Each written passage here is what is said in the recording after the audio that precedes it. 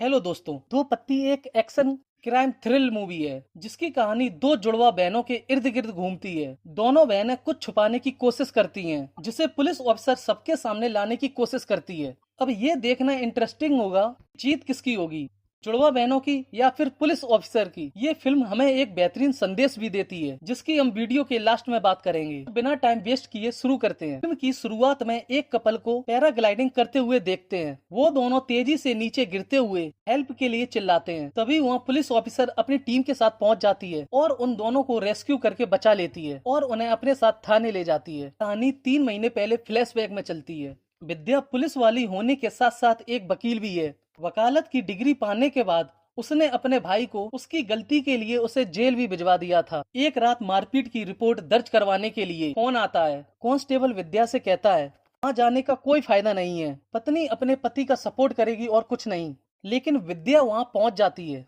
सौम्या उससे कहती है हमारे घर पर सब कुछ ठीक है।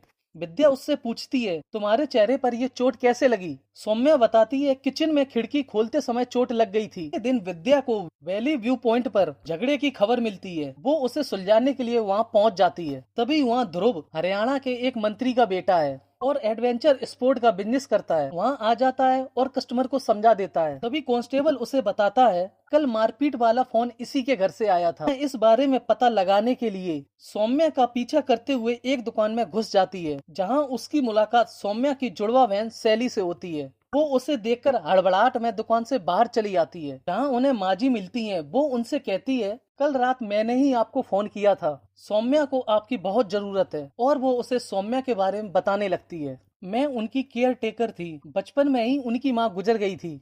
जिन बच्चों को उम्र भर एक दूसरे का साथ देना था वो एक दूसरे की दुश्मन बन गई थी। एक दिन शैली गुस्से में सौम्या के बाल काट देती है जिसके चलते उसके पिता उसे हॉस्टल भेज देते हैं। कुछ दिन बाद उसके पिता की मौत हो जाने से सौम्या की दिमागी हालत बिगड़ने लगती है और उसे सांस की बीमारी भी हो जाती है। इसके साथ ही उसे ऊंचाई से भी डर लगने लगता है। उधर शैली ने भी छुट्टियों में घर आना बंद कर दिया था।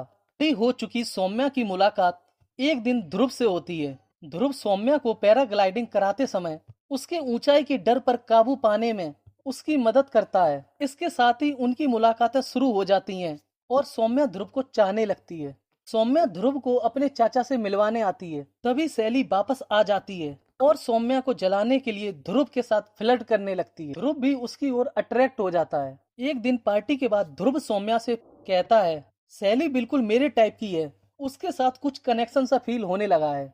इसके बाद ध्रुव और शैली एक दूसरे को डेट करने लगते हैं। एक दिन मंत्री बिजनेस की बात करने ध्रुव के घर आता है, लेकिन वहाँ पार्टी के म्यूजिक से डिस्टर्ब होकर वो बिजनेस की डील उसके पिता से करने के लिए कहता है। तभी उसके पिता फोन करके कहते हैं पूरी डील बर्बाद कर दी तुमने, मंत्री को बुलाकर उसके सामने लड़कियों के साथ पार्टी करते हो। तुम्हें अगर बिजनेस करना है तो ये सब बंद करके एक घरेलू लड़की से शादी करनी पड़ेगी। ध्रुव शैली की बजाय सीधी सादी सौम्या से शादी कर लेता है। शादी के बाद ध्रुव का एक अलग ही रूप सामने आता है। वो छोटी छोटी बातों पर सौम्या को पीटने लगता है। माजी विद्या से कहती हैं सौम्या अपनी शादी बचाने के लिए सब कुछ दांव पर लगा देगी लेकिन कंप्लेंट नहीं करेगी। विद्या उनसे कहती है इन सब बातों का कोई मतलब नहीं है, कंप्लेंट करो या फिर मुझे सबूत ला कर दो। एक दिन मंत्री फिर से बिजनेस की बात करने ध्रुव के घर आता है, लेकिन खाने में मिर्च ज्यादा होने की वजह से वह गुस्सा होकर चला जाता है। ध्रुव सौम्या को पीटने लगता है। तभी माजी चुपके से उसका वीडियो बना लेती है। अगली सुबह सौम्या माजी के साथ क्लिनिक से बाहर आती है। विद्या उससे कहती है सभी को पता है तुम्हारा पति तुम्हें बहुत मारता है, फिर उसके खिलाफ कंप्लेंट क्यों नहीं करती हो। सौम्या उससे कहती है सभी को ये नहीं पता है कि वो मुझे प्यार भी बहुत करता है। एक दिन सौम्या ध्रुव से कहती है मैं माँ बनना चाहती हूँ, लेकिन ध्रुव उसको मना कर देता है और इस बात को लेकर उनके बीच झगड़ा इतना बढ़ जाता है कि ध्रुव सौम्या को बड़ी बेरहमी से पीटने लगता है और सीढ़ी से उसको धकेलकर अधमरी हालत में छोड़कर चला जाता है। इसके बाद सौम्या को लंगड़ाकर चलते हुए देखकर कांस्टेबल कहता है हरियाणा में ध्रुव के खिलाफ मारपीट और अटेम्प्ट टू मर्डर का केस है। विद्या पता लगाने के लिए हरियाणा पहुंच जाती है, जहां उसे पता चलता है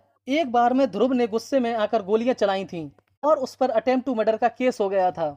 ध्रुव को पूछताछ के लिए थाने बुलाया जाता है। यह सौम्या को बताती है ये हरियाणा से भागकर आया है और इस पर अटेम्प्ट टू मर्डर का केस भी लगा हुआ है। सौम्या कहती है अब हमारे बीच सब कुछ ठीक है, हम लोग बेबी प्लान कर रहे हैं। ध्रुव उसे बचाने के लिए सौम्या को थैंक यू बोलता है। सौम्या उससे कहती है, हम अपनी लाइफ को एक बार फिर से शुरू करते हैं। कल होली के बाद तुम पैराग्लाइडिंग करते हुए मुझे प्रपोज कर देना। होली के सेलिब्रेशन के बाद अजी के पास सौम्या का फोन आता है और कहानी वहीं पहुंच जाती है जहां फिल्म की शुरुआत में सौम्या और ध्रुव पैराग्लाइडिंग करते हुए नीचे गिरते हैं, जिनको विद्या रेस्क्यू करते हुए थाने ले जाती है। सौम्या कहती है, मेरे पति ने मुझे मारने की कोशिश की है, और वो कंप्लेंट करने के लिए तैयार हो जाती है। तभी ध्रुव का वकील आकर उससे कहता है, मैं बहुत जल्दी तुमको छुड़वा लूंगा। विद्या सौम्या का केस लड़ने के लिए खुद तैयार हो जाती है। सीन अदालत शिफ्ट होता है। बताती है, ध्रुव ने अपनी बीबी को बड़ी बेरहमी से पीटा है और उसे सीढ़ी से धक्का देकर मारने की कोशिश की है। सौम्या कहती है, हम दोनों बहुत खुश थे और एक नई शुरुआत करने वाले थे।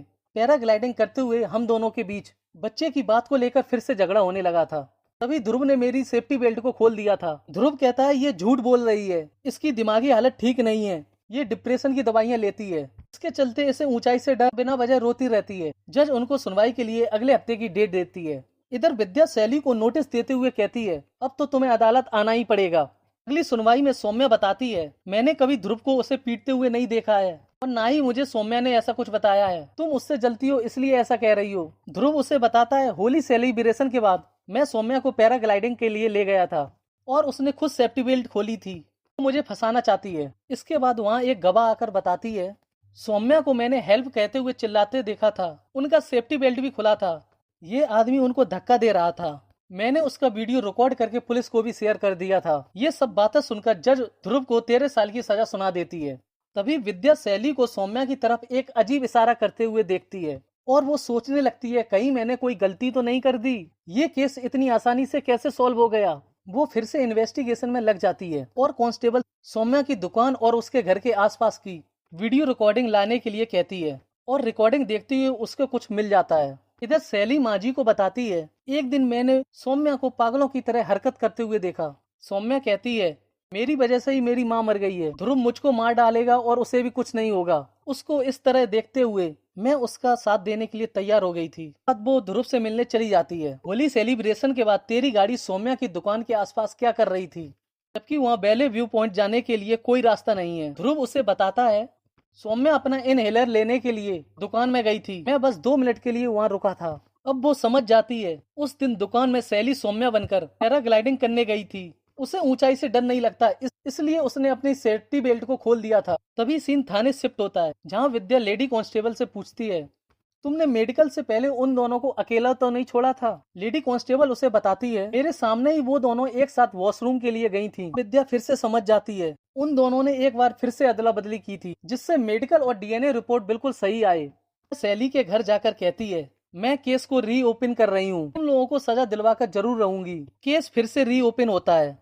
शैली सभी को बताती है, मैं गिल्टी हूँ, मेरे पापा ने मेरी माँ पर बहुत अत्याचार किए थे और उन्हें पीट पीट कर मार डाला था। मेरी माँ के मौत के जिम्मेदार मेरे पापा ही नहीं, किसी को कुछ न बताने वाले मेरे चाचा और उनके साथ मैं भी हूँ। उस वक्त मेरी माँ ने कोई हिम्मत नहीं दिखाई थी, लेकिन मेरी बहन ने हिम्मत दिखाई है, इसलिए मैं उसका साथ दे रही हूँ। और विद्या से कहती है, प्लीज उसकी हिम्मत मत तोड़ना। विद्या जज से कहती है, इस केस ने मुझे एक बात जरूर सिखा दी, जब एक औरत पर हाथ उठता है तो चोट उसे नहीं बल्कि उसके पूरे परिवार को लगती है, और सबसे ज्यादा चोट उसके बच्चों को लगती है। और वो केस को वापस ले लेती है। इसके साथ ही कोर्ट से माफी मांग लेती है और फिल्म यहीं खत्म हो जाती है। आखिरकार ये फिल्म एक बेहतरीन संदेश देती है, जो घरेलू हिंसा की सच्चाई सबके सामने लाने का प्रयास करती है। अगर आपको वीडियो पसंद आया हो तो लाइक करें, कमेंट करें और हाँ, चैनल को सब्सक्राइब करना बिल्कुल ना भूलें।